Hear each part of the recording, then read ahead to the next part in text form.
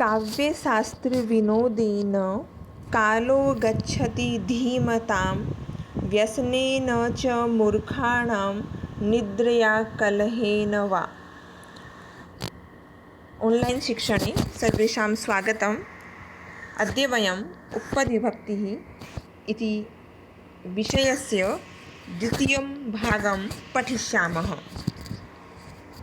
पूर्व पाठ में हमने पढ़ा द्वितीया विभक्ति और तृतीया विभक्ति के वो शब्द जिनमें हम द्वितीया विभक्ति और तृतीया विभक्ति का प्रयोग करते हैं। आज हम चतुर्थी और पंचमी विभक्ति के बारे में पढ़ेंगे। एक बार फिर से हम उपपद विभक्ति की परिभाषा को जानेंगे। पदम आश्रित्य या विभक्ति ही भवति सा उपपद विभक्ति ही भवति। पदों अर्थात पद विशेष के आधार पर लगने वाली विभक्ति को उपपद विभक्ति कहते हैं। कहने का तात्पर्य है कोई शब्द दे दिया या कोई पद दे दिया और कह दिया कि जहाँ ये पद होगा वहाँ पर ये विभक्ति होगी।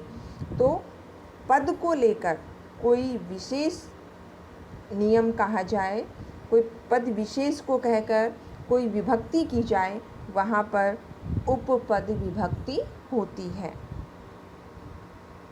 चतुर्थी विभक्ति है। चतुर्थी विभक्ति में हमारे ये शब्द हैं नमः अर्थात प्रणाम, रुच अर्थात अच्छा लगना, दा देने अर्थ में होती है, यच भी देने, दो धातुओं का हम प्रयोग कर सकते हैं, दा और यच। देना अर्थ कुप क्रोध करना, कुपित होना।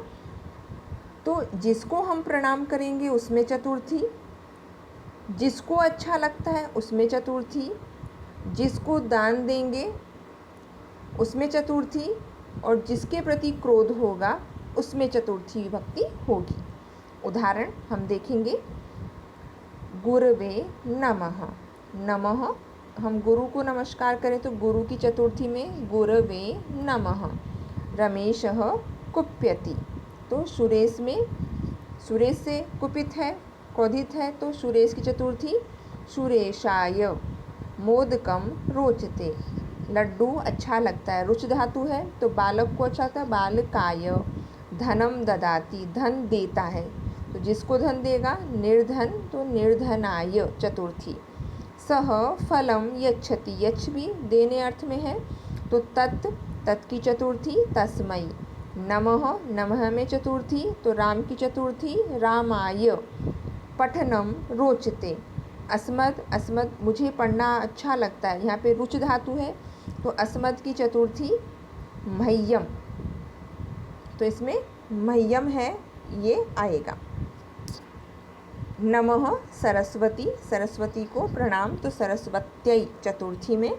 राजा कुप्यति तो चौर से चतुर्थी में चौराय, यहाँ पे कुप्यति कुप धातु है।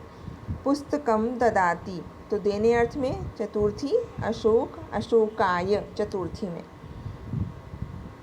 पंचमी विभक्ति ही बही ही, बाहर, विना, बिना, भी डरना, रक्ष रक्षा करना। तो जिसके भी बाहर होगा उसमें पंचमी, विना जिसकी भी विना पंचमी, जिससे डरेगा उसमें पंचमी और जिससे रक्षा होगी उसमें पंचमी। तो हमने इससे पहले विना शब्द पढ़ा द्वितीया में, तृतीया में और अब हम पंचमी में भी विना शब्द पढ़ रहे हैं। उदाहरणानि, उदाहरण से हम जानेंगे। सोहनः बिभेति, सोहन डरता है तो जिससे डरेगा उसमें पंचमी तो सर्प सर्पात। बालः बिभेति बच्चा डरता है किससे, कुक्कुर तो कुक्कुरात। बहिः वनम अस्ति, बाहर वन है तो जिसके बाहर होंगे तो ग्राम तो ग्रामात। द्वार रक्षकः रक्षति, द्वार रक्षक रक्षा करता है तो जिससे रक्षा करेगा चौर से तो चौरात पंचमी में। छात्राः बहिः निर्गच्छति, विद्यालय पंचमी विद्यालयात बहि के कारण। विना सिद्धिः कथम, परिश्रमात विना, तो विना शब्द में हम द्वितीया, तृतीया, पंचमी तीनों हम कर सकते हैं। तो द्वितीया में परिश्रमम, तृतीया में परिश्रमेण और पंचमी में परिश्रमात्। जनः बिभेति, बिभेति है इसलिए। सिंह में पंचमी सिंहात्। विना सुखम नास्ति, तो ज्ञान से ज्ञानात्।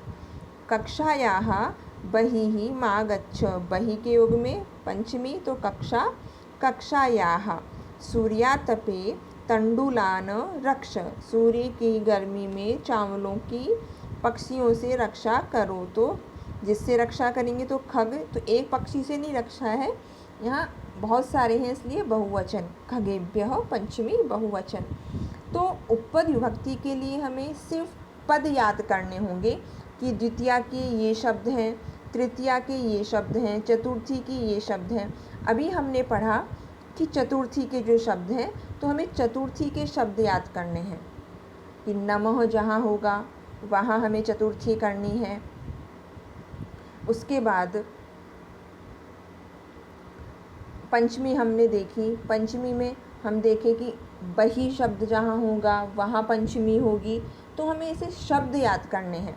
जब हम इन शब्दों को याद कर लेंगे तो हमें एक शब्द रूप आने चाहिए, तो हमें उपपद विभक्ति में कहीं भी कोई समस्या नहीं आएगी।